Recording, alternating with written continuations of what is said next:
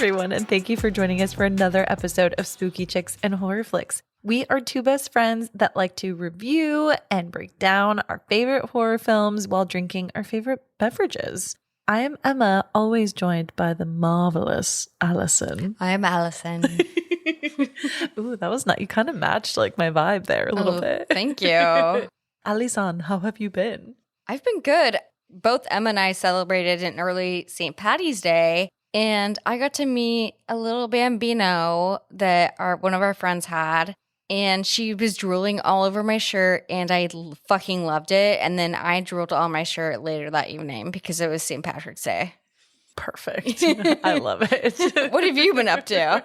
I mean, same. And I also feel like you and I have just spent a lot of really awesome quality time together. And we've been watching some like horror movies together, which has been marvelous. We are actually about to be a guest on a podcast called the Horror Craft Podcast. We are going to be reviewing the movie Stay Alive with those ladies over there. That episode will probably be out by the time this airs. So if you want to go and check them out, guys, feel free. We love those gals. Thank you so much for having us. Yeah, we love them, and that film fucking slaps. It's literally one of our favorite films. We will be doing 100% a full review of Stay Alive at some point soon. My everyday is Stay Alive. Every day I'm asking myself, am I going to stay alive? Stay alive. Stay alive. What film are we reviewing today? Today we're doing Scream 2, which we love the Scream franchise. This one was in 1997. And I have to say, this is like my least favorite one in the franchise, but I still love it because Scream, obviously. We love you just starting that with that up at the top, that it's not your favorite. My bad. I think a lot of us can agree. But I feel like you've got a lot of good takes on this one, though. I do, but does that mean it's my favorite? Nor. No. But if you haven't seen Scream 2, this is your spoiler warning. We're recapping everything that happens in this film. So let's get into it, fuckers. 2 years after the first series of murders, as Sidney acclimates to college life, someone donning the Ghostface costume begins a new string of killings. So vague. So vague. There is so much more fucking depth to this film. There is no mention of copycatting or anything in this synopsis, which I feel like is, if you could write one word description to describe a horror movie, copycat. And they kind of talk about this in the film, but not in the synopsis. Exactly. So, Although this film is set 2 years after the original Scream, the sequel was released not even a year later. And Scream 2 hit theaters on December 12th, 1997, debuting at number 1 that weekend. Despite the usual skepticism around horror sequels, critics and audiences alike praised it, with some even arguing that it was just as good, if not better, than the original, which is crazy. And the numbers backed it up, as this thing ranked in over $100 million at the box office, proving that Ghostface was not going anywhere for a long time. And I feel like we see that reflected a bit in the ratings for this film as well. Like, I know, Als, you and I don't personally think this is like the best Scream, but we have to take ourselves back in time to when this came out. I mean, it was just the original and this film, right? And so this film got a 6.3 out of 10 on IMDb. And on the tomato meters, it's 82%. That's pretty high. That's super high. That's like one of the highest. Yeah. And popcorn meter is 58%, which makes sense to me. But again, I wonder when these scores came in. We can't trust these scores. No, I mean, you can't fully. But I will say that this film was directed by one of our favorites, Wes Craven, who, come on, guys, need we say more? Literally, we talk about him so much. So, like, if you don't know him, I say this a lot, we can't help you. We can't help you. And this film was written by Kevin Williamson. And there is also a widely known speculation that the ending to the script had actually been leaked on the internet before filming even began, which was one of the first and biggest internet leaks of the era. Isn't that crazy? Can you imagine that like late 90s data leak? I guess I didn't know that. Like, Were data leaks a thing back then? Yeah, I think so. Okay. But in later years, in some interviews, Kevin claimed that his team and even the production were already anticipating some leaks given the massive hype surrounding the sequel. And Kevin said that they wrote a dummy ending to combat this. Actually, several dummy endings, with one ending even having Dewey as the killer, so that when actors and crew asked to read the script, they were given a fake ending. So no one really knew how the film was going to end. Low-key spoiler, that goes to Scream 3. Hey. And to avoid another leak incident and prevent plot details from being revealed, the actors were not given the last pages of the script until weeks before shooting, and the pages that revealed the killer's identity were only provided on the day the scene was shot to the actors involved. So even going as far as printing the script on a specific type of gray paper that could not be photocopied. These were some of the things that were like in play to keep this as much of a secret as possible, which is so fucking cool to me. I would love that. Isn't that just like fun? Could you imagine being like on the set, like Neve Campbell? Yeah. And you're like, I actually still don't know who the fucking actual killer is. She probably has her own thoughts in her head, right? Or if she's been given these like dummy endings. But like, legit, so this is like, cool. This must be like inspiration for Scream 3. No, absolutely. And speaking of Neve Campbell, this brings us to our top billed cast. And obviously, y'all know that our Neve Campbell gal, she had to come back and she's playing Sidney Prescott. And then we've got my girl, Courtney Cox, as Gail. I love her so much. She's so good. And she's coming back for Scream 7, baby. Woohoo! Woohoo! And we've also got David Arquette, which, hello, Dewey. Thank fucking God this man is back. Who plays Dr. Deputy what do I like think? What does his sister say in the first one? Deputy dipshit. Yes. Something like that. And he's Dewey Riley, and he's our main cop guy in this film, and we love him. And then we have Timothy Olyphant, who plays Mickey. And I love this king. He is in The Girl Next Door, which I love, and also the Santa Clarita Diet. Santa Clarita Diet, fucking so good. And I'm pissed that it did not continue. But anyways, I digress. We also have Jerry O'Connell, who plays Derek, Sydney's boyfriend in this film. Can I say hot? Want to touch the hiney? Awoo. Yeah. They keep putting him in blue in this movie, which brings out his blue eyes, which okay. He looks so, honestly, everyone in this film, I mean, because they're young, right? It's the 90s. It's their prime time. They all look so good. Yeah. Like, truly, their skin looks good. Their hair looks good. Their bods. Like, we're going to get into, like, Neve Campbell in the very beginning, but I'm like, girl, damn, you've been working out? We also have Laurie Metcalf, who plays Debbie Saltz. And that's going to come into play a little bit later in the film. I'm not going to spoil it for anyone that hasn't seen the film. And she's a queen also. I know I call a lot of people a queen and a king, but she is a fucking queen. And did you know that she voiced Andy's mom in Toy Story? I did not know that. Thank you for broadening my horizons. I'm sorry if you're going to like start crying. I don't know if you can see my eyes right now, but they're glassy. And finally, I have two more. Jada Pinkett Smith, who plays Maureen, and we have Omar Epps, who plays Phil. And they are only in the film for a very short time in the very beginning of this, but equally as impactful. And I love them both. And their names mean something. They do.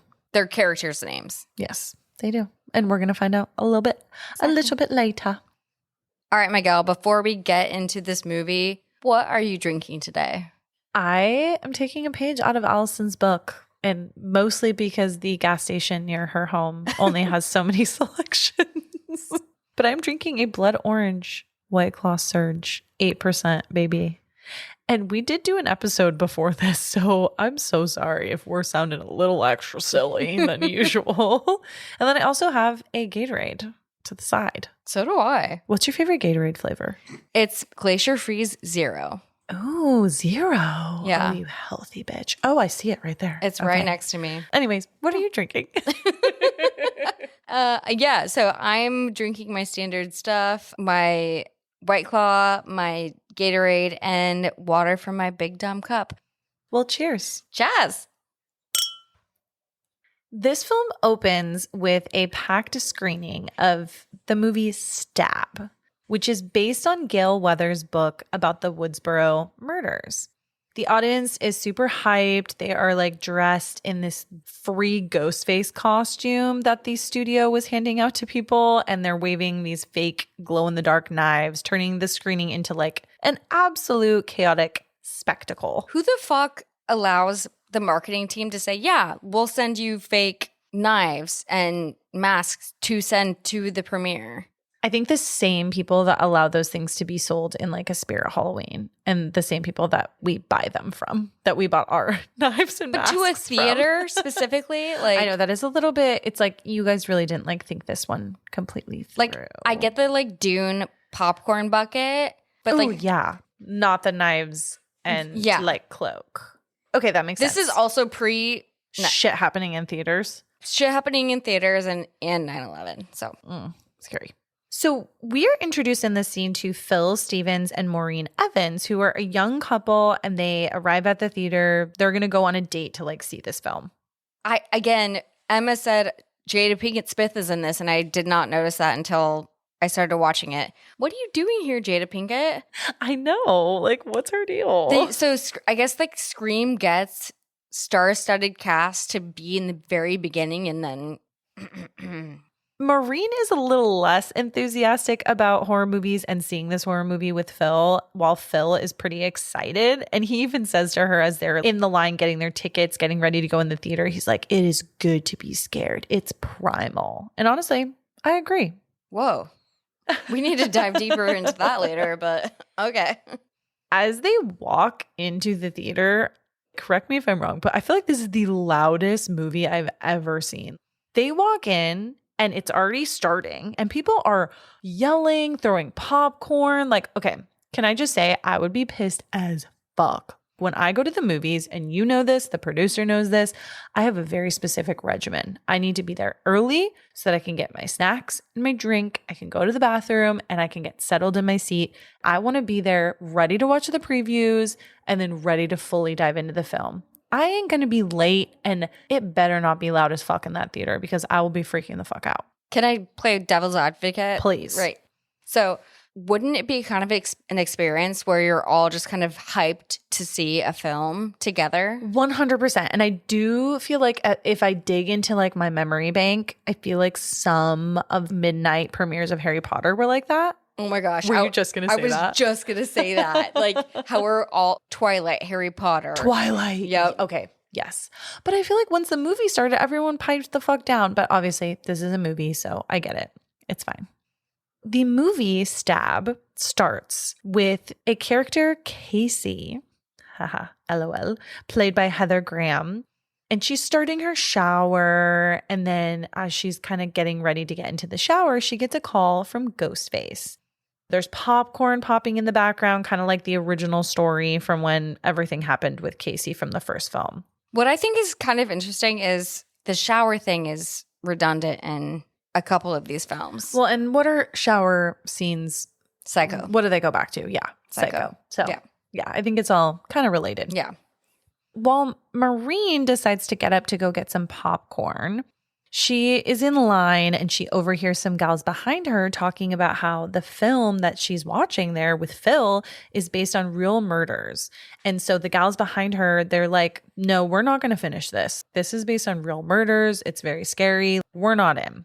Before Maureen heads back into the theater after she's got her popcorn, Phil scares the shit out of her in a Ghostface mask. She's like, babe, oh my God, blah, blah, blah. It's like, just like kitschy, like very kitschy. What the fuck, dude?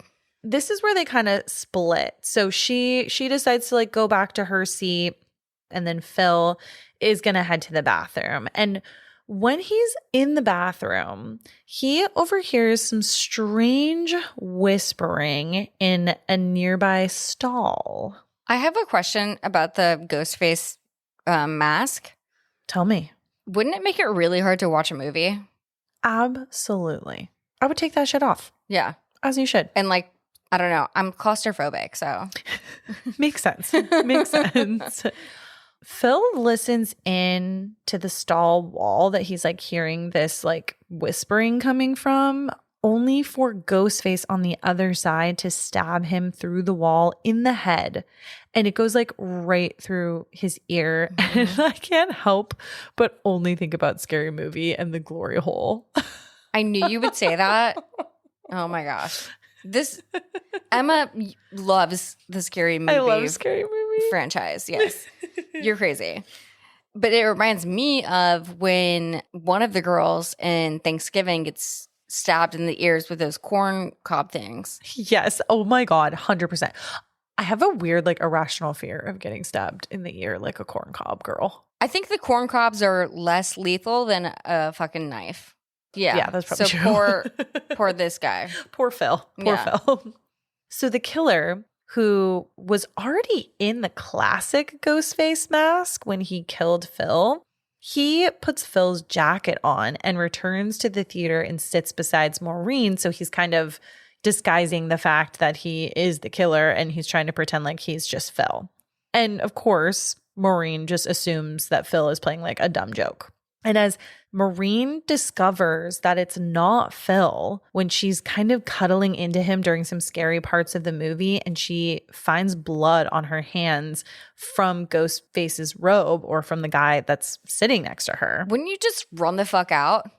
I'm wondering if this is just such a weird scenario that your mind is just like, are you fucking with me? You know what I mean? Yeah. Like, it's like you're here. There's all these people wearing the Scream garb. Have you gone one step further and you've added like the fake blood now? Like, really, dude? I'm sure she's just confused. Like, she's like, wait, whoa, what?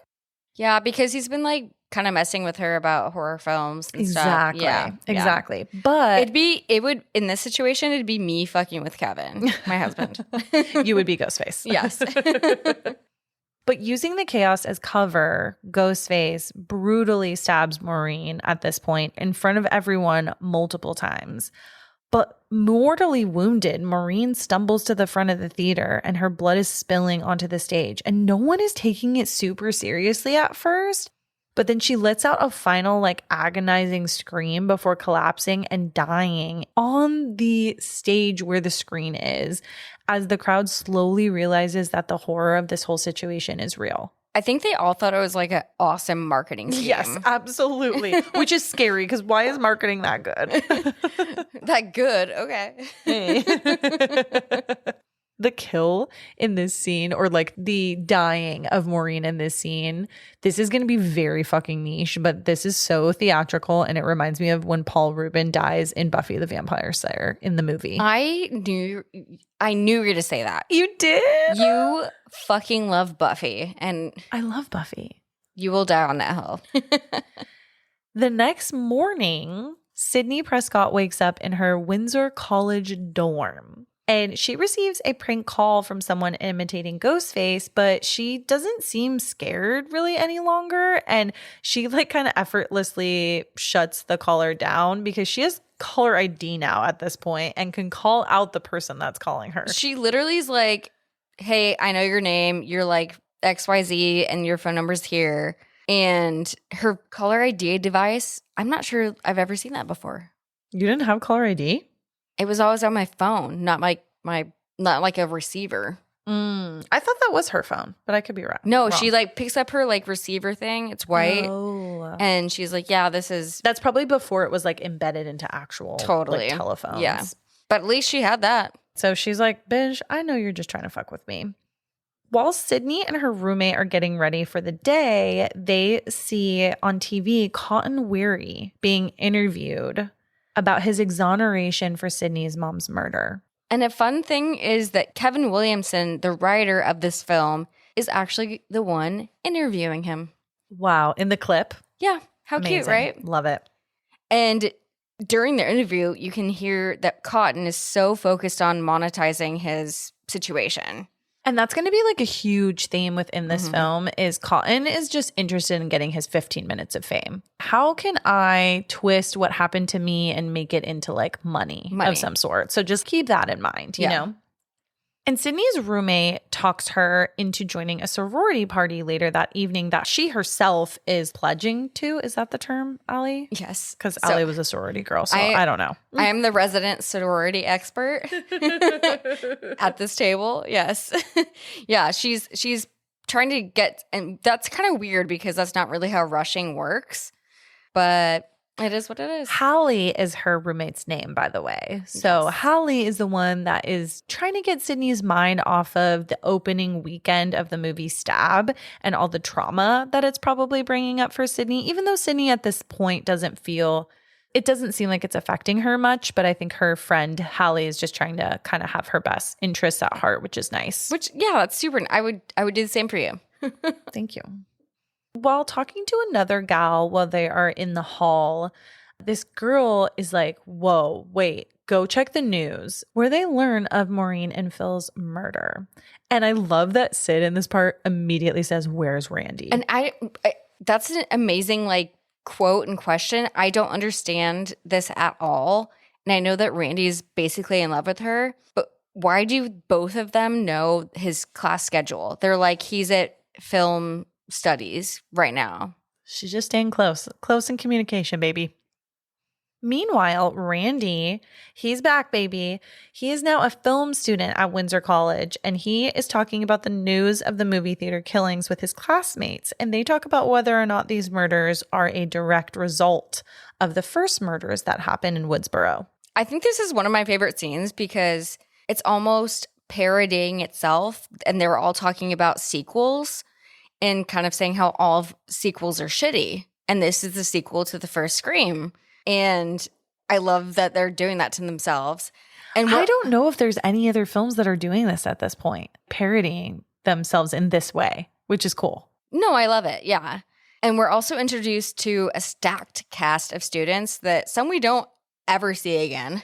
We see Sarah Michelle Gellar, who is also in You Know What I Did Last Summer this same year. Oh, I know what you did last summer.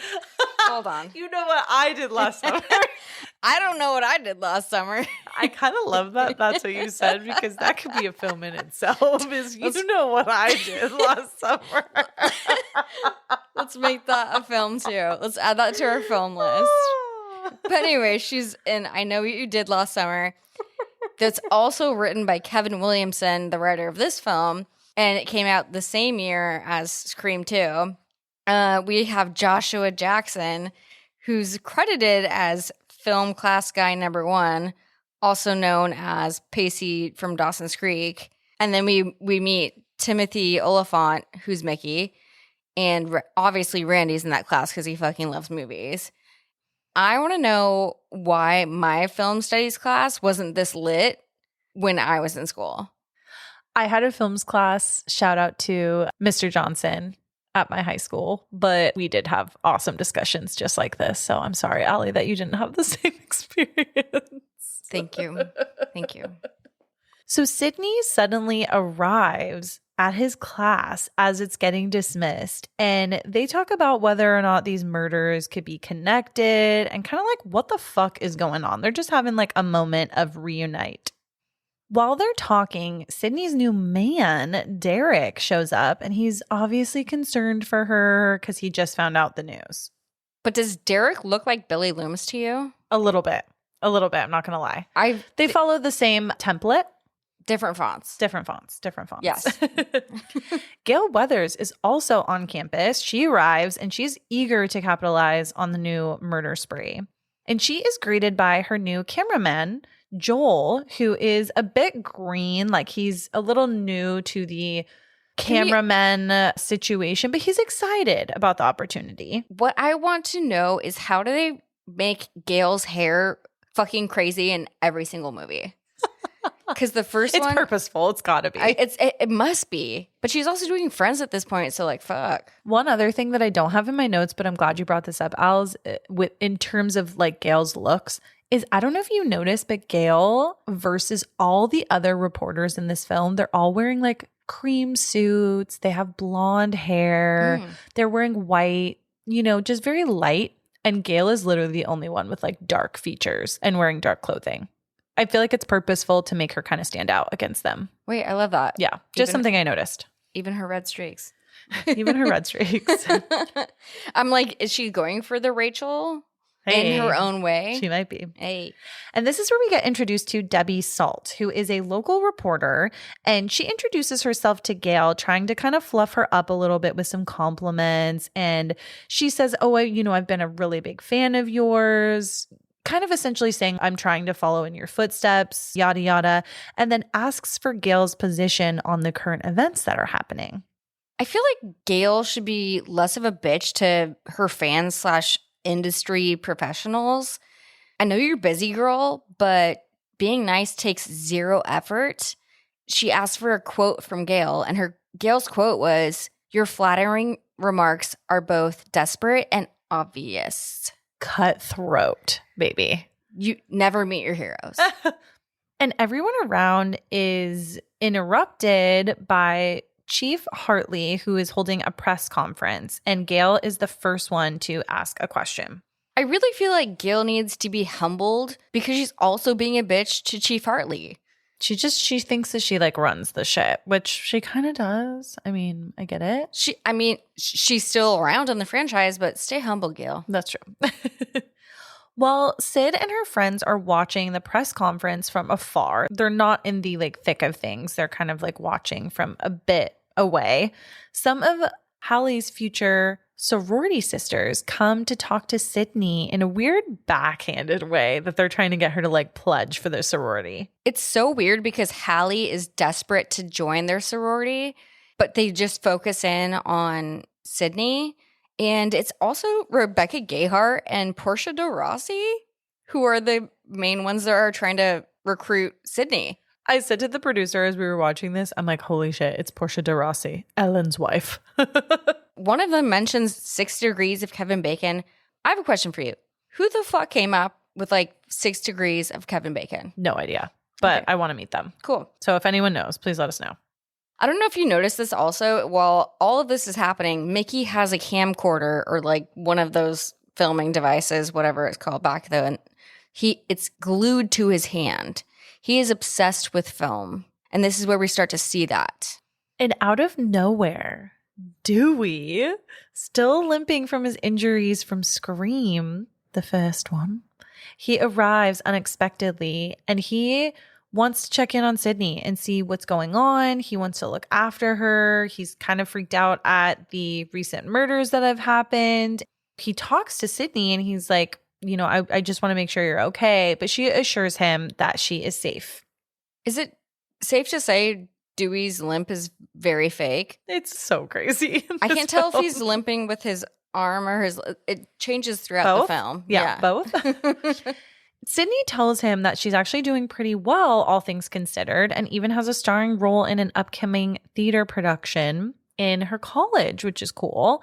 But Dewey warns her to be extra careful and extra vigilant. He reminds her, if this is a remake of what happened 2 years ago, you probably know the person, him or her or them, that are trying to kill you. Foreshadowing. If you were recently involved in murders, would you go to a big college? I think I would, only to like escape the trauma, not make my entire life about something that happened to me. I'd want to like move on and try to make a better life for myself. However, I think that Sidney should still be like extra careful and vigilant on what's happening. Totally. But do you feel like that? I understand that rationale, but I feel like she eventually then goes in seclusion. So I don't know, maybe just do that first. Just skip the bullshit. Yeah, skip the bullshit. Skip the boyfriends, skip the college, like just go. Just skip it. it. Gail then comes over to Sidney with Cotton by her side and blindsides her, asking for an interview on how she feels about falsely accusing Cotton of her mother's murder. It's crazy. I still don't understand why they're not friends at this point. Her and Cotton, like Sidney and Cotton? No. Gail and Cotton. No, Gail and Sidney.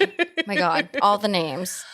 I think that it's one of those things where in the first Scream, I think Sidney got to a point where she forgave Gail a little bit for like what had happened. And they obviously went through so much together. But with Sidney trying to make a new life for herself, it's just, she's not going to be like BFFs with Gail. They didn't have that much to like connect on in the first place. I mean, she like low-key saved her life But does that mean you need to be best friends with that person? Doesn't mean you need best friends. It means you might be cordial. I think she's cordial. Okay. But you've been through fucking a lot of shit together and... No, I hear you. Okay. I hear you. Okay. Absolutely. All right. But things do get heated in this situation. And Sidney smacks Gail once again, which I love. See, that's what I'm saying. Like, she fucking just smacks her again, hits her again. Does she always have to hit her? Does she? Maybe it's a tradition thing. It just feels right. Merry Christmas, bitch.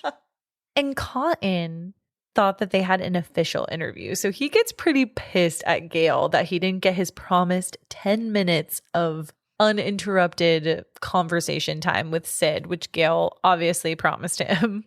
And he has so many motives to like do this. He wants fame. He wants the camera time. He wants his name cleared by Sidney.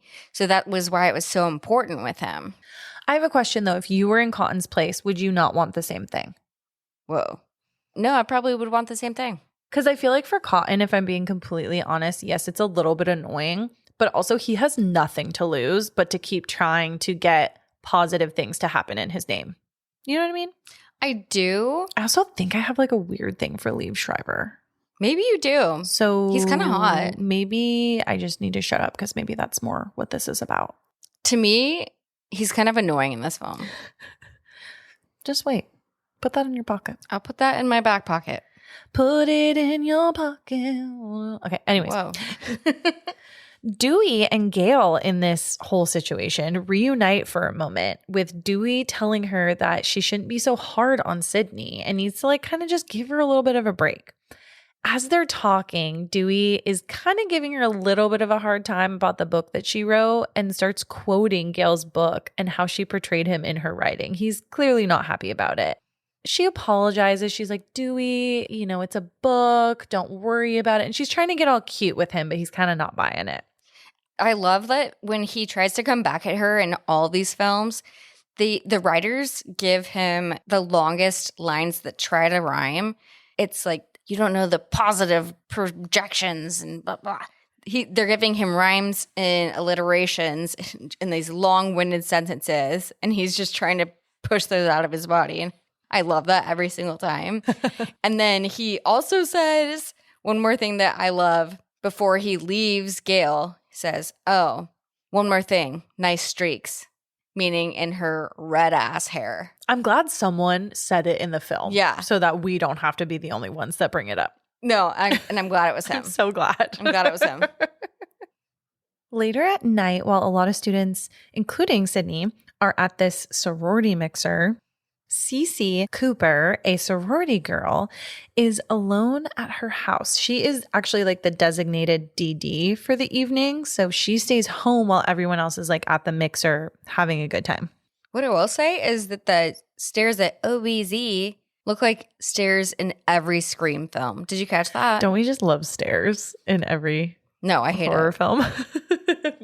As like a girl that trips a lot, I don't love it. So Cece, who is played by Sarah Michelle Gellar, receives a phone call from Ghostface while she's on the other line with her friend, which, fun fact, played by Selma Blair.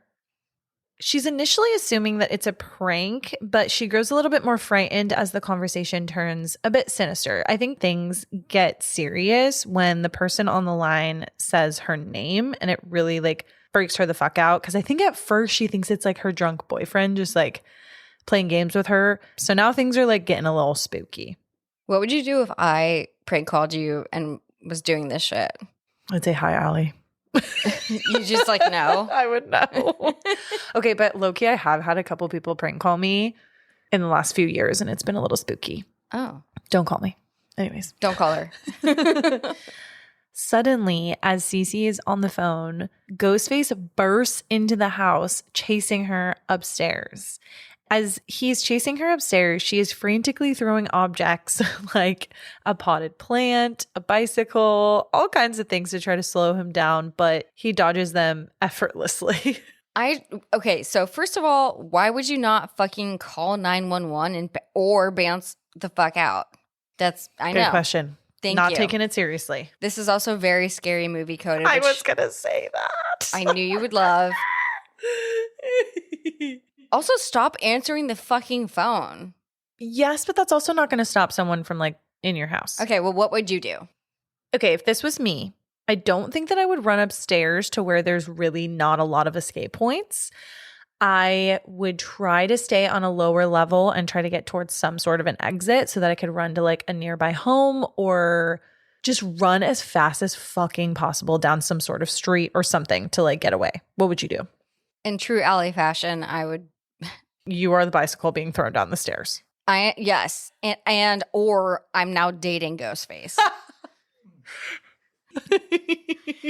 Like we flirted enough that you guys are watching a movie now we're watching downstairs. a scary movie together. Like the popcorn. Yeah. Yeah, you're doing and the we're whole just thing. like sitting together and he's like, I might kill you. And I'm like, that's fine. And you tell your friend on the other line, like, I gotta call you back. Yeah, exactly.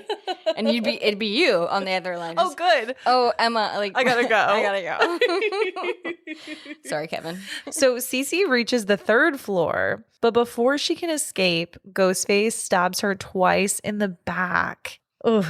And he then lifts her and hurls her off the third floor balcony where she crashes to the ground below, dead. He must do, I don't know, F45 or some kind of workout system. So CCB departed, unfortunately. But back at the fraternity mixer, they're still partying, they're still drinking, all of those fun things.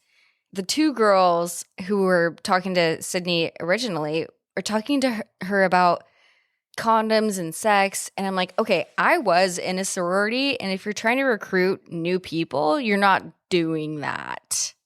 Different time, baby. It was the 90s. The 90s, baby. Like, shit.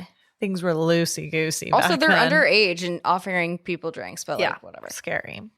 But Sydney and her boyfriend Derek, they hear the commotion that's happening a few doors down, I assume, kind of in like a sorority row situation where there's a lot of sorority houses nearby. They rush to go and investigate what's going on. I mean, I would probably be the first one on the scene because I have morbid curiosity. Would you? Okay, this is a side story. The producer is going to hate me for fucking saying this right now. But a few weeks ago, I fell asleep on the couch and I woke up at 1 a.m. to the producer, and he was looking through our kitchen window at some sort of cops situation where he for sure thought for a hot second that they were filming the show Cops right outside of our house. And we were having a ball just watching what was happening and listening to the cops talk to this perpetrator, because thank God it was not a super serious situation. It was like a party situation where this guy just left the scene of some very small crime, but it was amazing. And so would I be curious and probably look? Yeah. All of that to say, yeah. Perfect. So you and I would be going. We would be together. We would be, well, if I'm alive. Yes. Why would Sydney go if she knows that murders are happening around? I think sometimes it's one of those things where it's like, if you are the target of something, you'd almost rather know than not know. I get that rationale, but I also am a denial. I am denial. I'm a river in Egypt. Yeah, I get that. So cops and college students flood this entire scene, and they're all discovering that another murder has taken place, and it's poor Cece. Gail calls to her camera guy at the moment, but he's trying to tell her like, hey, I am not cut out for this. I didn't know that this was like what we was going to be doing. Sidney and Derek decide to watch from the porch of the other sorority house so that they're not quite in the mix of everything that's going on. And Derek tells Sidney to grab her jacket so that they can go home. Sidney goes back into that sorority house that's now empty because everyone's over at the other house checking out the crime scene, and the phone rings. Sidney answers, and it's Ghostface. Why would she doesn't even belong to that sorority? Why would you answer the phone? They're always watching. Always watching. What does that have to do with picking up a phone? It just keeps ringing. I think it's just a thing. Like if the phone's ringing, you're like, I want to make it stop. I'm going to answer it. Whoa. You know what I mean? No, I don't. Whoa. I don't know what you mean. And then surprise, Ghostface attacks Sidney at the house, but Derek ends up intervening. Dewey also shows up as well, trying to help. But the killer ends up slashing Derek's arm before fleeing into the night. Yeah, and it's obviously reminiscent of the first Scream. And the two sorority girls, I didn't catch their names. I'm going to call them the two girls. Two sorority girls. Two sorority girls. We see them framed in a door, and they're like, is everything okay? And I'm like, bitch, are you kidding? Your sorority sister literally just got murdered, and you're asking if everything's okay? Maybe they don't know at the time. No, they ran out to like see the chaos. That's true. Which I would do too. Later at the hospital, which Derek and some other people have been brought to that were like maybe in the scuffle, Sidney and her friends are in the waiting room waiting to see how he's doing. Mickey's there too because he's in the friend group, and I feel like he's being way too casual, and he keeps bringing up films and stuff. Red flag, red flag. He's just always making some kind of a connection with what's happening to a film. Just a film major.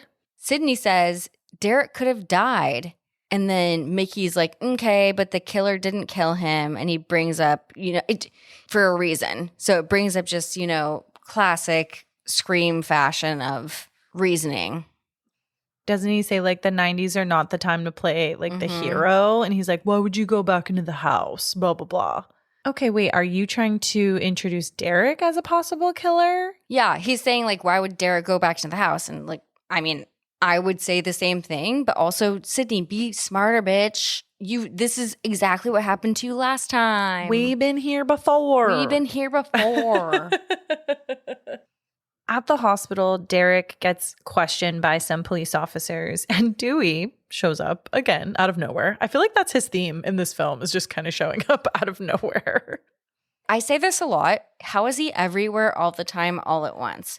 But a great question. Also just like still limping in different ways. I know. He's so funny. When they start questioning Derek, and Dewey kind of gets in the mix too, and it's almost like they're both kind of blaming each other. We're like, oh, Derek, you're conveniently hurt, but what happened to the killer? Like, where did he go? And then Derek's also like, well, Dewey, you just showed up out of nowhere. What's your role in this whole thing? So they're kind of like blaming each other, which is very interesting. Kind of valid, though. Kind of valid. Then the next day, the police, Gail, and Dewey discover a disturbing pattern as they are breaking down what has happened so far with the murders and trying to predict what might happen next. They start breaking down the victims so far that have been murdered, and we have Maureen Evans, we have Cece Cooper, and Phil Stevens. And all of these victims have something in common with previous victims from the first film. So Maureen Evans, Maureen Prescott. We also have Casey Cece, quote unquote, Cooper, Casey Becker, and Phil Stevens, Stephen Orth, who is one of the victims as well. But the way they deduce this so fast, I don't get. You're like, what is going on? Gail is just like, oh, that's it. That's it. All of these names match together. It's a movie. Okay. I mean, also maybe her brain just works faster than mine does. So maybe. Yeah. This is the first time also that Dewey suggests that there might be a copycat killer on the loose trying to replicate the Woodsboro murders. This whole time I'm saying, duh. I mean, absolutely. Then detectives Andrews and Richards are assigned to protect Sidney, which obviously annoys her. But the police station is like, okay, Sidney needs some extra protection. If this is a copycat kind of situation, we can predict a little bit of who some of the future victims might be. So we want to be like on extra alert with her. Can I ask you a question? Tell me. Is Sidney kind of annoying? Yes. Okay, cool. The funny thing here is that Derek gets a little bit annoyed because he's not going to get alone time with Sidney, which as the viewer gives you an indication that you're like, oh, could he be the killer? We don't know. But it's also reminiscent of Billy. Exactly. And Sidney advises Derek to stay away from her because he might get hurt. But there's almost this underlying tone of, yeah, might he get hurt? But also, is it because Sidney just doesn't 100% trust him? For sure. Would you trust any boy or anybody? I think it would just depend on if I was in that situation. I would say now, yes, I would trust the producer, but also if I was in that exact situation, maybe not. Also, why does Derek always dress like a 43-year-old golfer who wants to like quit smoking at some point, but he's not going to, but he just wants to be on the golf course? Is this how sorority boys dressed in the 90s? Someone please let us know. Please let us know. Please. Don't get me wrong. Let us know. They're matching those blues with his eyes, so I'm here for it. I love it. But shit. Nobody wears khakis in college anymore. Nobody does, yeah. Then Gail tries to get Dewey to potentially help her solve the case, but he's only interested in protecting Sid. He's like, dude, you have some kind of ulterior motive. Like, you just want to get the good story, the juicy story, but I'm here to actually stop this killer and like get her done, so to speak. Get her done. I feel like Gail and Dewey should just fuck it out. Agreed. Okay. Agreed. Great. But Debbie Salt is with a bunch of other reporters who are trying to get all the tea. And she says the killer is repeating the Woodsboro murders and the killer might actually be from Woodsboro. And I'm like, okay. Not too hard to put two and two together, but okay. Okay. Now we are back at the college campus, and during lunch, Sydney's boyfriend, so Derek, and some of their friends, minus Sidney, talk about who could potentially be the killer, and they're kind of naming off like different people. Mickey even is like, hey, do you think Sid would let me interview her? Which, bruh, red flag. But they also mention, the boys, they say maybe Randy could be the killer. I mean, he's almost the most perfect person that could be. But before they're able to finish this conversation, Sidney then comes to join them at lunch. She's also followed by her fucking unit. Her detectives that are on watch at all times. I love that she knows their signs and their relationship statuses. One's like a Capricorn and one's a Gemini. She's learned a lot about them so far, which I love. I love that she's, inquiring. She's trying to get to know them better. Exactly. Yes. Exactly. Then Derek sings randomly. He sings the Top Gun song on a table in front of the entire cafeteria for no reason, it seems, at all. It is so random. I think he's just making a big love gesture. Yeah, he's just trying to bring attention to the fact that he's like crazy about Sidney because she's obviously having some weird doubts about him potentially being the fucking killer. And it's a song, I think I love you, but what am I so afraid of? And that's basically all. That's all I know. Yeah. And my bad, I haven't seen Top Gun, so this is my reference for that song. It's okay, same. and like, is this a rom-com now? I mean, kind of. But while Derek is doing that, Mickey is kind of like hushing to his friends saying, this is a Top Gun reference, going back to his film major thing, which kind of ties all things back together. Yeah, it's like he wants to make it super clear to everybody. Like, hey, just so you guys know, this is from Top Gun. You don't need to go that hardcore, dude. It's fine. But Derek gives Sidney his Greek letters, which apparently is like a big no-no. And for those of you that don't know, giving your Greek letters, it's like a necklace he has that has his letters on it, right? Els, can you confirm? I can confirm that, yes. I don't know if boys did that in the 90s. It was girls that had those in the 90s. But if boys... Interesting. Did you have them when you were a sorority girl? I had a necklace when I was in my sorority in the 2010s. And do you still have said necklace? I do have said necklace. And I have my mom's said necklace because we were in the same sorority. Oh my God. But the bigger thing now these days is to give girls your sweatshirt that has your letters. Oh. Yeah. We've transitioned to sweatshirts. I was like, that feels less risky. Less committal. Yeah. But anyways, later we see Dewey and Randy. They've decided to just link up and get lunch or coffee or something, and they're watching a Stab press interview from the Stab movie. And Randy complains about how he got shafted with the casting of the film, but at least Dewey got David Schwimmer as his role, which is so fucking funny because at this time, Courtney Cox was in Friends. Oh my gosh, wait. Did you not catch that? I did not put that together. Yeah, wow, so fucking funny. And as suspected in the first film, Tori Spelling is playing Sidney And she's like, I shudder to think. It's Tori Spelling. So good. I also love that Luke Wilson plays Billy. He's so good. He's got the hair, the face, the everything, and like kind of greasy hair too. Amazing. And Dewey's always drinking or eating something that's very heavily like lactose intolerant based. Are you just jealous? Kind of, I guess, because I didn't notice that at all, but you noticed that. He got a milkshake, and I said to myself, "Wow, wouldn't that be nice?" Sometimes life isn't fair, you know. As they're discussing the new murders that are happening, Randy explains that the rules of a horror movie sequel encompasses the following things. So the body count is always bigger. The kills are more elaborate. Anyone, even the main characters, can die. And one thing that I found as a fun fact that was not included in the film but included in the trailer is that Randy added an extra rule as well, which is that never assume that the killer is dead. So there's your rules for a horror movie sequel, ladies and gentlemen. And they also continue to talk about who the fuck is doing this. Like, who the fuck is it? Who is it? They bring up Derek, the boyfriend, obvious. Mickey, a freaky Tarantino film student. Randy. He's like, if Mickey is a suspect, then so am I. Which, like, I love the, like, self-identification. Yeah.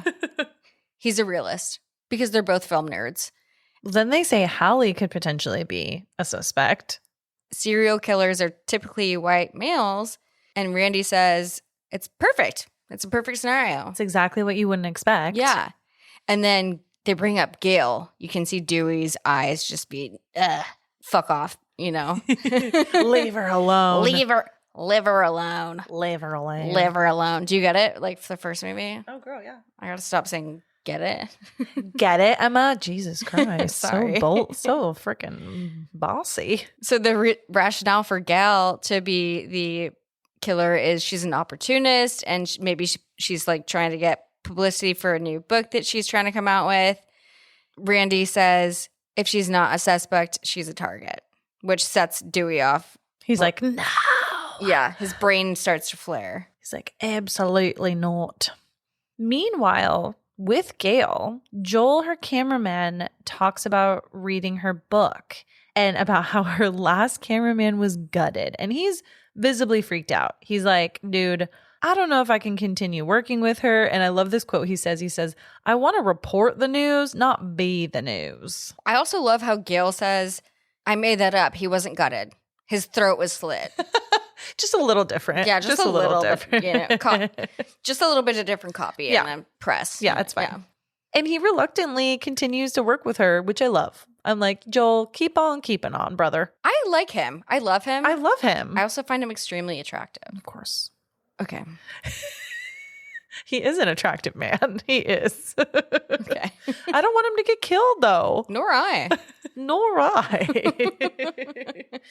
Okay, so switching gears. In theater rehearsal, total different setting now here in the film. Sidney talks to her professor in her theater production, Gus, about quitting the production. She's just got a lot going on, obviously, but he advises her against it. His biggest reason is he has no understudy. That's on him. Right? Well, I love that before he says he has no understudy, he goes through this whole talk with her about how she needs to be resilient and she just needs to keep going. And then it's like, well, my biggest thing is I don't have an understudy. So like, don't do it. Also so random that she is a theater major. Okay, that's my thing. Why the fuck is she a theater major? Very random. She should be like in criminology. Psychology. Yeah. Ooh, yeah. Ooh, love that we both said that. Yeah. Amazing. During the rehearsal for the Greek tragedy play, Agamemnon. Agamemnon? Agamemnon. Is that how it's pronounced? Agamemnon. I don't know. All right. That's just what it's called. I didn't know this was a real play, by the way. Yeah, it's a real one, guys. There are masked figures that are surrounding her in this dress rehearsal, which, okay, I got to talk about this for a second. I love this because I love when things are so purposely put into a film to be symbolic for other things. Like, obviously, we know Scream is so symbolic for Ghostface and the robe, the mask, the whole thing. So I love that they made Sidney this character who was in theater doing this play with all these masked figures. I just love the connection. Yeah. Did you like that too? I did too. It took me a second to realize because I was like, what the fuck is actually happening? But then I caught that, okay, because moving on with that, we see Ghostface in the group of the masked figures. Exactly. Yeah, she has almost a vision of him throughout her rehearsal. At least from what we think. We actually don't get clarity whether it was real or not, but she does see Ghostface amongst the characters that she's having this intense scene with, where she's like running back and forth and they're all masked and robed and all of these things. I thought maybe she was hallucinating. Yes. You don't know, right? Like, you don't know. You have no idea. He even lunges at her with a knife and it freaks her out. And then the scene stops, but then Ghostface is like not there. So it's like, was it real or was it not real? Also, one thing, when she's doing her monologue, oh yeah, is she low-key a bad actress in this play? Maybe in this play. Okay. I thought it was actually quite good, but okay. Shoot. The point is that during this scene, the line between reality and performance really blurs as Sidney kind of has this panic moment. And it's like, is it real or is she imagining it? The scene ends with her being super confused and she's shaken, but she hasn't been harmed by Ghostface. Even though she saw him lunging at her with a knife and everything, like there's no evidence of that happening, right? Which means she has PTSD. So maybe it was hallucinations. Absolutely. Definitely could have been. And if it was, justice for that. So sorry. Yeah. Sidney realizes that this whole thing is taking a great toll on her as she collects herself backstage. Derek, her boyfriend, arrives abruptly out of nowhere. She's questioning him a bit on why he's there when he's really like not supposed to be. They keep putting Derek in blue clothes. So I get it. Because he'd be looking hot. Those blue eyes be popping. They be popping. And on a different note, they keep putting him in these compromising scenes where it's like, why do you keep showing up when Sidney has just seen Ghostface in some way or another, right? So us as the viewers, I think we're supposed to subconsciously start to think like, oh, Derek might be involved in this somehow. She asks him, I just want to be like alone and like I need a little bit of distance because you can tell she's a little bit. She literally says, I need a break. She's questioning what's going on with him. Yeah. Why do you keep fucking always showing up when I'm like seeing my Ghostface brother here? And then you're just showing up. And no shade on Kevin Williamson and anybody else involved in the writing staff. This is just a rinse and repeat. Absolutely. Well, not necessarily. They're trying to make us think it's a rinse and repeat. Yes, wait, exactly. I just changed my mind. Okay.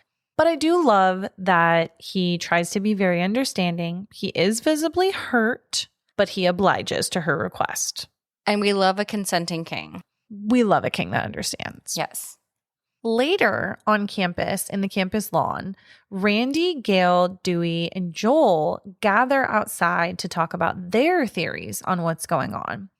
The cameraman, Joel, says, I don't want to hear these theories. I'm going to go do drugs. I'm going to go do everything I want to do in my entire life, and I'll come back here. Does he actually say that? I forget. He talks about doing like ketamine. He talks about doing like cool. Yeah. Basically just fulfilling his lifelong dreams of drugs. And for the record, never done ketamine, but you do you, my friend. You do you. I don't know if ketamine was thrown out, but I definitely was like cocaine. Something crazy. Yeah. Something crazy.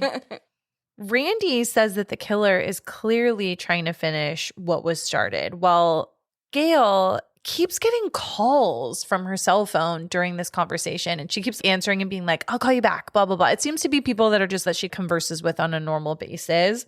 But then the killer calls her phone again, and Randy answers, and they all are on the same page here that like, okay, shit, I think it's Ghostface who's calling us. And he's kind of like taunting them a little bit, saying like, I'm right here. And Randy's like, oh shit, you guys, it's the killer on the phone. He can clearly see us and what we're doing right now. Like, we need to figure out what to do. They decide that while Randy stays on the phone with Ghostface, Gail and Dewey are going to search the campus lawn area while Randy stays on the phone to try to stall Ghostface. And they're going to try to see if they can like identify who he is. I love how Gail is just looking around for anybody that's on a phone. Oh, yeah. Bitch, They're like, imagine that today. oh my God. Hello? It could be fucking anybody. But people our age don't talk on the phone anymore. So Unless it's on speaker. unless it's on speaker. It's like either text. I love a speaker call, if I'm being honest. Or FaceTime. You know what I mean? Imagine FaceTiming Ghostface. Hey. And yeah, so Randy's the decoy kind of entertaining Ghostface. He says to Randy, "What's your favorite scary movie?" And he says, "Showgirls, what's yours?" I love this part. I actually like that movie too. Oh, I love that film. It's so fucking funny. And then what pisses Randy off is he says, "You'll never be the leading man, Randy, because you can't get the girl that you want all the time." And then that pisses Randy the fuck off because he's now jealous. Then Randy is almost getting back at Ghostface talking on the phone. And he's like, well, bitch, Billy Loomis was lame as hell. And he was a mama's boy. He's just trying to kind of throw some shade back at like whoever is on the phone. And this will come back into play, which kind of sucks because maybe this could have saved his life.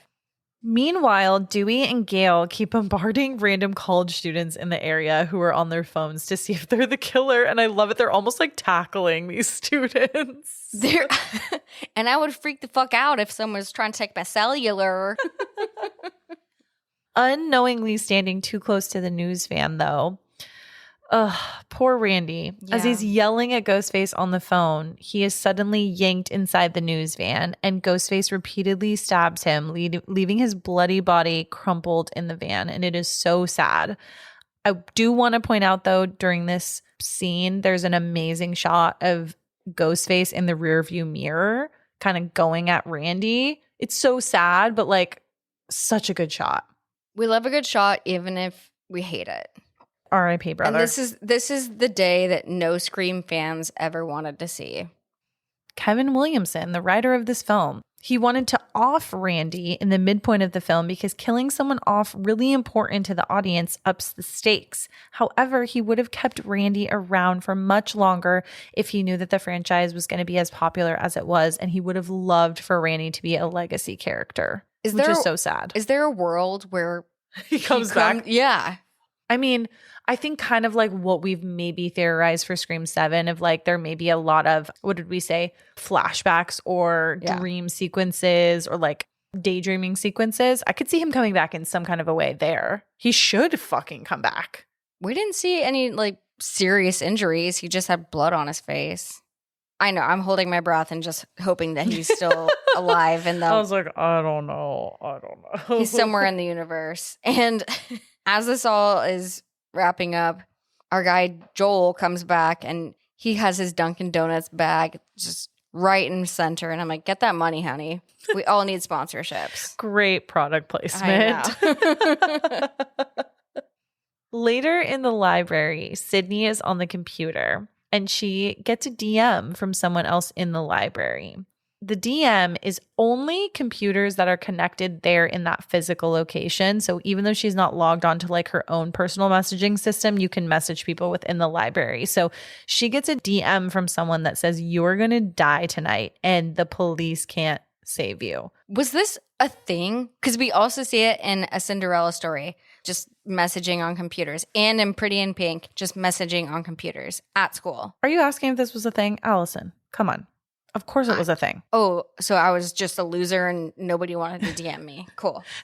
Word. You were probably getting DM'd up the yin yang. You probably just don't remember. That's true. The detectives are still with her and they are still protecting her while she's in the library. So when she gets up and freaks out about this like message that she just received, the detectives start checking out the library, seeing who is sending messages, seeing if they can like identify who it was that sent it. As Sidney turns a corner, Cotton randomly shows up out of nowhere wanting to chat with her. He seems manic as shit. He's just such a weird guy, dude. I don't know. He's after that money. He is after that money. He's also in a powder blue hoodie and they're just popping his eyes off. Like in a good way. Are you loving like Men in Blue in this film? I love Men in Blue. Cotton obviously still wants to do an exclusive interview with Sidney, and he propositions her for an interview with Diane Sawyer. And he's being super pushy about it. He wants her to agree. He tells her like, hey, we could get 10 grand each. And he starts getting super aggressive with her. So he's acting like she owes him something to help clear his name even more. Yeah, and exactly. He says she put him in jail for like a second, so she owes him that money, honey. Spooky, you don't need to be that aggressive. Okay, Cotton. But just the manicness. Yeah, so manic, so manic. The detectives intervene and they take Cotton down to the station to question him for attacking Sidney. I feel really bad for Sidney here too. She's lost enough people in her life, but now she's lost Randy as well. And she says, it should have been me instead of Randy. And I'm saying to myself, I agree. Just kidding. Sorry, Sidney. Sorry, Nev. And while Cotton is talking to the detectives, they can also tell all he wants is the money, the 15 minutes of fame, everything. And back to Dewey with his being everywhere all at once. He is also at the station, and Sidney and Holly, her friend, they are at a separate table and they're sitting there and they're talking with Dewey.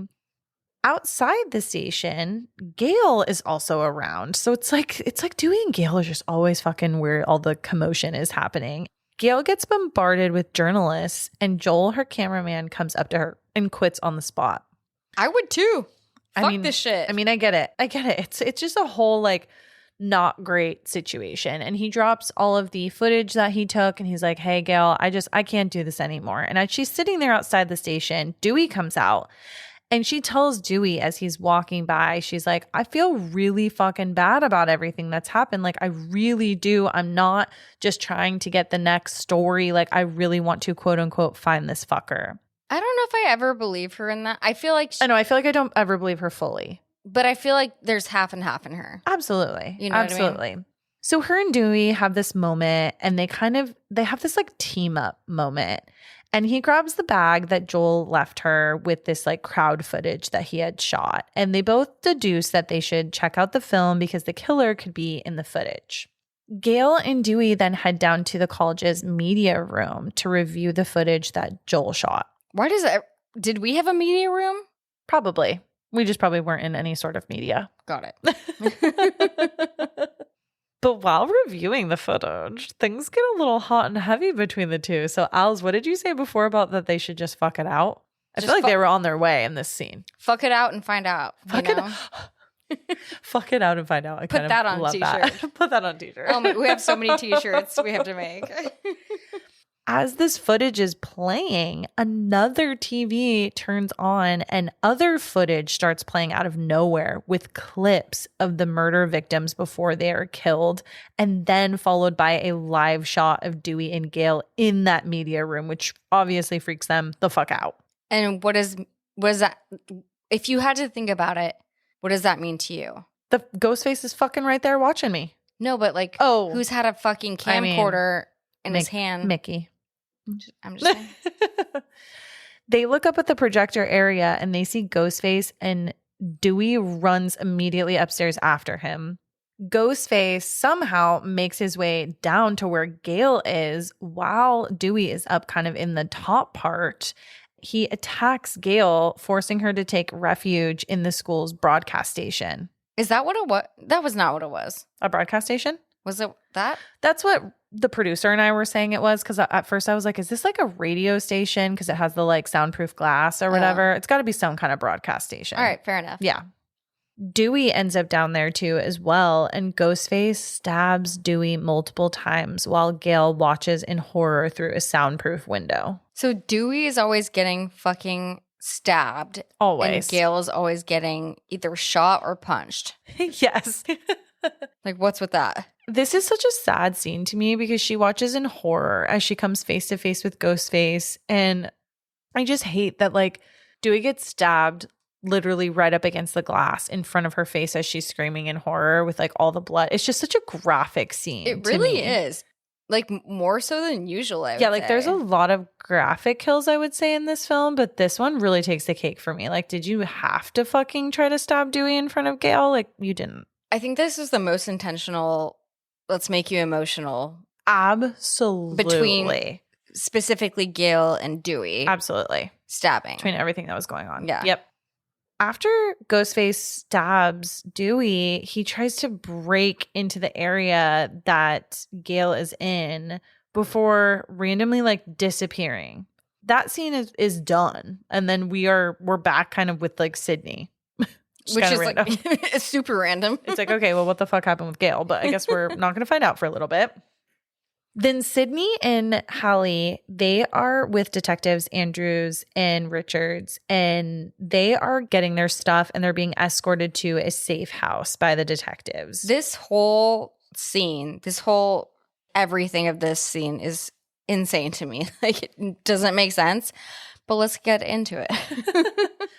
While Sidney is getting ready to leave and they're putting their bags into the trunk of the car, Derek shows up yet fucking again and says goodbye to her. He's like, I'm always here for you, blah, blah, blah. And she's just like, I'll talk to you later. And he gets swept up by some frat bros in robes, punishing him for giving away his letters. And they take him to a frat party, which we later find out is in the theater. That's a great question. I don't think we get There's no clarity. There's no clarity. But they tie him up to some sort of prop or some sort of wheel or something. We see very close shots of him. He's fixed to this. He almost looks like Jesus on the cross. Sorry, I hate to say that. No, he does. He does. You're right. You're right.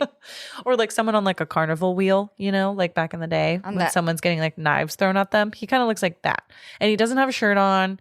He's just wearing like shorts. I feel like he's also painted and stuff. Yeah, he's got like some kind of paint on him and they are quote unquote punishing him for giving away his Greek letters. So it's supposed to be like a fun thing, right? Also, you'd be super canceled if you did this nowadays in Absolutely. a fraternity house. Then the scene changes and at a red light with Sidney, Hallie, and the detectives are making small talk with Sid and Hallie. Oh, Ghostface shows up out of nowhere, slashing through the window, attacking them. This scene to me is almost comedic. I mean, it really is. Because they're sitting there and with Ghostface and then they like, one of them stab him or something? One detective is killed instantly by Ghostface while the other, he manages to get out and they have a little bit of a scuffle and he's forced onto the hood of the car as Ghostface takes control of driving the vehicle. The car then crashes violently, killing the other detective who ended up on the hood and knocking Ghostface temporarily unconscious. Sidney and Hallie are in the back and they are shooken up but pretty safe, but they're realizing that the back doors are not opening and they're going to have to figure out how to climb through the front seat to get out while Ghostface is unconscious. What the fuck would you do? I would crawl out as fast as I possibly could. How?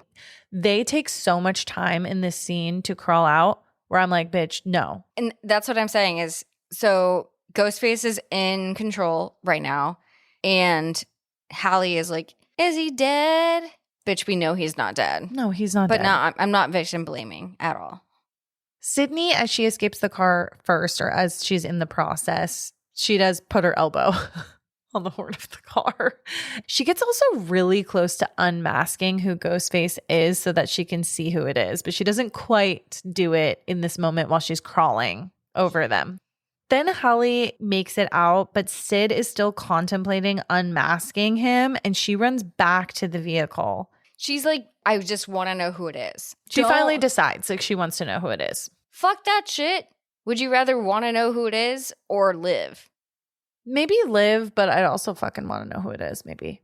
I would have ripped it off the second that they both got out of that window. The minute they both got out of the window, I would have turned back, ripped the mask off, and then fucking ran. Yeah, but what if they just stabbed you right there?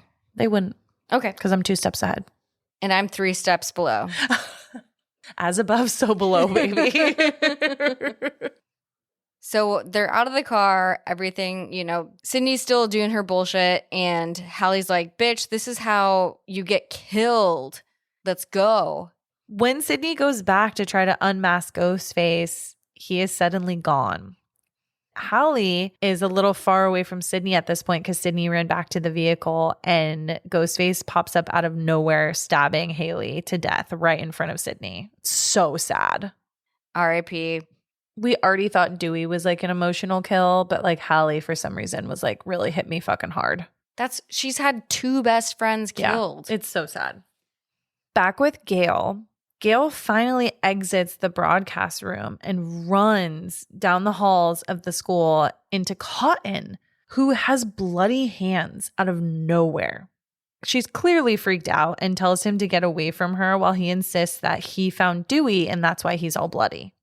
This is kind of familiar because of the first scene in the film, the boyfriend who had the bloody hands. I'd say fuck off. She runs out of the building, running into Debbie Salt, yet again, the reporter from earlier who we've mentioned a couple of times. Debbie is on the phone, and Gail takes the phone, telling the person on the line that the killer is Cotton Weary and that they need to send the cops right away and to arrest him. As Sidney runs back into campus to try to find help, she is lured into the theater where she finds Derek bound to a stage prop but still alive. And this is what we mentioned earlier where it wasn't super clear, but it's like the frat people already put him on sort of some kind of stage prop as like a funny thing. No, it's a hazing thing. Right? Like a hazing thing. But Yeah. now he's like still there and he's alone, but he's still alive, but he's got like cuts all over him. He's got everything all over him, and he also has a mask on his face. Yeah, spooky. It's very spooky. As Sidney is trying to untie Derek, the killer steps forward and at first tries to trick Sidney into thinking that Derek might be the killer or dangerous in this situation. But then he eventually unmasks himself. And who is he else? He is none other than Mickey. Sidney's fucking friend. Mickey then also tries to convince Sid that Derek is his partner in all of this, trying to keep Sidney from like untying him from his prop situation. Literally, he's like, it's all in the movies, kid. It's, everybody needs a partner and everything. And knowing me, his acting in this, I was like, don't know if I'd believe you. But me personally, I'd probably believe you. At this point in the film, too, things kind of go really quickly. Like once we have Mickey unmasking himself, the film is really going to go like 0 to 100 to kind of get through the ending here. So Mickey ends up shooting Derek, killing him, which is also fucking sad. And another person that was killed right in front of fucking Sidney, which is so sad. And Mickey starts to go into his explanation of why he's doing this. He basically says, I'm the sick fuck that just wants to be caught and blame the movies, which is insane. And he lectures Sidney on her trust issues, telling her that the difference between him and Billy is that Billy tried not to get caught where he wants to get caught. Exactly. And he's like, people love a good trial, and he wants to go on trial. So insane. But I love this part. Sidney tells him the one thing he forgot about Billy is that she fucking killed him. And then she proceeds to hit him in the face with Derek's Greek letters, which she still has, causing Mickey to drop the gun. And then this like chase between the two of them ensues. So Mickey gets the gun and reveals that Derek wasn't his partner, but he did have a partner. And Gail walks through the stage door of the theater. I'm not sure why the theater is such a main character of this fucking I love that movie. But Gail walks through and we think it's her and we're all like, what the fuck? And then the second killer is actually revealed and it's Debbie Salt, who is fucking Mrs. Loomis, Billy's mom. And she is out for revenge. She's out for blood. Yep. Clearly. And Mrs. Loomis betrays Mickey, shooting him, believing that his plan to blame the horror movies in their defense is ridiculous. And she's like, bruh, no, you were a pawn in this whole thing. Did you like feel sort of sad because he didn't get his moment? He didn't get his moment. A little bit sad because I love Timothy Olyphant. So do I. Yeah. And I hate when the partnership goes bad. Yeah. So sad. Yeah. And Gail gets shot in the shuffle of this whole entire thing and she falls off stage. So Gail's MIA for a moment. Mrs. Loomis reveals that she has this whole plan for not getting caught and how she's going to blame it all on Mickey. But can we talk about how Sidney says, Mrs. Loomis? Oh, yeah. Sidney recognizes her. She recognizes her. And how have they not interacted in this entire film until this exact moment? Did you catch, though, that Sidney says to Gail, she basically says that the reason she didn't recognize Mrs. Loomis is because she's 60 pounds lighter and has had a lot of work done. I low-key hate that. She probably just wasn't looking hard enough. That's true. You know? That's true. Sidney and Mrs. Loomis argue about Mrs. Loomis's mothering influence on Billy, and Sidney manages to momentarily get away from her. Sidney also uses then some of the stage props to attack Mrs. Loomis, which I love. She has an axe and she starts chopping down little mechanisms that are made for like the stage. She's like just fucking shit up to like. Yes, the whole stage, the whole set, it's all coming down. Yeah.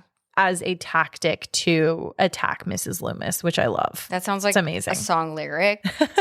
So thank you for that. You're welcome. But in this whole scuffle, Mrs. Loomis kind of comes back and overpowers Sidney, preparing to stab her when in that moment, Cotton arrives, of course. She's ready to slit her throat. She's ready to go, dude. She's ready.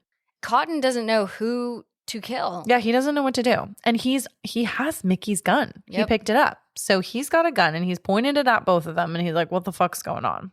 So Mrs. Loomis in this moment tries to manipulate Cotton into killing Sidney, reminding him that she falsely accused him of her mother's murder.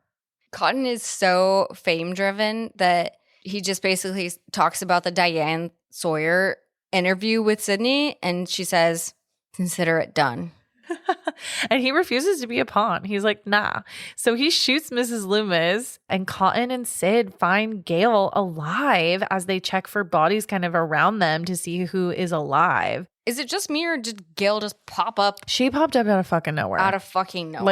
Like an orchestra freaking conductor. Like a dolphin just jumping. Oh my God. Like a dolphin in Ace Ventura, which she also was a star in. Okay, sorry. I'm going to stop. That? She was. But Mickey suddenly revives himself kind of just out of nowhere, very spooky. And then they shoot him repeatedly. The characters in this franchise just have 17 lives.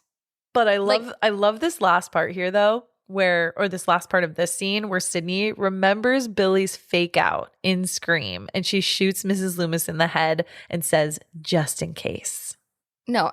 So good. Bad bitch there. So good. But again, the 17 lives thing, like I'd get a paper cut and I give up. Crying on the floor. Just dying. On the floor. ER.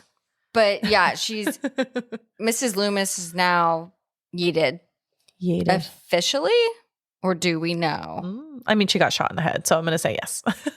But Scream is its own franchise. Like we don't know. You'll have to find out next time we do Scream 3, guys. Laurie Metcalf. Are you? Tell us. Yeah, tell us. But then we have one last little scene here, which is the aftermath of everything. So Dewey is found alive. Thank God. And his old scar tissue is what saved him. From the limping? No, from the stabbing. But that's what caused his limping. Yes, the old scar tissue from his limping, but saved his now current stabbing. I can't keep up with his injuries. Yeah, no, I know. But this is like a cute little scene, and we hear this cute music. I mean, and Gail is obviously ecstatic. I love this part though, because for the first time, Gail is like prioritizing Dewey over getting the story, and she rides with him in the ambulance, which is so cute and so expensive. And then Sidney is getting swarmed for a scoop of what's happening. They're saying, what happened? What happened? What happened? And she says to all the reporters, talk to Cotton. He's the hero here. He's the real story. Yes. And I get it. But if you were Sidney, wouldn't you want that money, honey? No. Oh. I think if I was in that position at that moment, I just want everybody to get the fuck away from me. Yeah. If I'm being honest. So she should just live in a cabin by herself. And it kind of benefits her, because then if Cotton gets his like 15 minutes of fame, then he'll fucking stop aggressively cornering her in a library. Well, wait for next year. We'll tell you about how he gets his own. As the media turns from Sidney to Cotton, Sidney quietly walks away, and we get this like kind of bird's eye view of her disappearing and she's walking alone as like the credits start to roll. I thought this was like a funny ass ending to Scream 2. She's just walking along and it's the nice music and it's a beautiful day and she's just walking along. She's like, why aren't cops around her? I know. But You're telling Fiend, me. Fiend baby. What were your final thoughts, Els, on this film? like I said, I love this franchise, but this is probably my least favorite one. But I did enjoy it parodied itself. They made jokes at themselves, which I love. I loved that too. Yes. I actually enjoyed this a lot more than when I first originally saw it. And subsequent years in the past that I've seen it, I kind of forgot how much I enjoyed it. And I wonder if it's the novelty of the 90s watching it now in the 2020s. Ew. But I actually enjoyed it a lot more than I thought I would. I feel like the more I watch it, the less I like it. Oh, the more I watch it, I feel like the more I like it. But that's just me. Did you think it was scary? Oh my God. Is that even a question? Did you? No. I know. We love the Scream franchise. It's just, I'm just not scared of Ghostface. I got to be honest with y'all. But I'm just not. And it's okay. That's okay. But I still love it. I recognize it for what it is. For sure. And Emma just keeps saying y'all too. Okay. Well, leave me alone. I won't. What was your favorite scene, Batch? Unfortunately, I love when Jamie Kennedy is talking about who are the suspects. And I think that's like the comedic relief right there. But then he gets yeeted right after. But that's the best to me. What about you? So sad. Oof. I think one of my favorite scenes, I liked a lot of scenes in this, if I'm being completely honest. But I think one of my favorite scenes was when Sidney is having her theatrical dress rehearsal in the theater. I want to know why. I want to know why too. But it also gives me weird, like 10 Things I Hate About You vibes, weirdly. And I wonder if it's because it's giving me like Shakespearean, even though I don't know if this is a Shakespeare play or not. I haven't done that much research into the name of the play. I apologize. But is it Armageddon? No, it's Agamemnon or whatever. Okay, I'm not going to lie. When I first read it, I was like, fuck yeah, Armageddon. Because we do love an Armageddon. I just like her like performance in that. I was like, should you be in this play? She's a college student, Allison. Give her a fucking break. Okay. Can I just say too, she looks hot in this film. She is fit. Yeah. No? With her little just short, choppy haircut and her fucking fit bod. Okay, Nev, I love you, but I like. Well, Allie's being a dick. My bad. It's okay. Well, I like you in Wild Things. You look hot there. There you go. Well, that was our episode of Scream 2. You can find us on social media at Spooky Chicks and Horror Flicks on TikTok and Instagram. And if you want to join our exclusive Spooky Chicks social club, you can find us over on Patreon. And if you want to support the podcast, please just tell a friend who loves horror and would love to hang out with us spooky gals over here. And Alice, do you want to take us out? Hell yeah. My last remarks for this episode are, don't trust the sequel. Watch out for vengeful moms and stay spooky fuckers.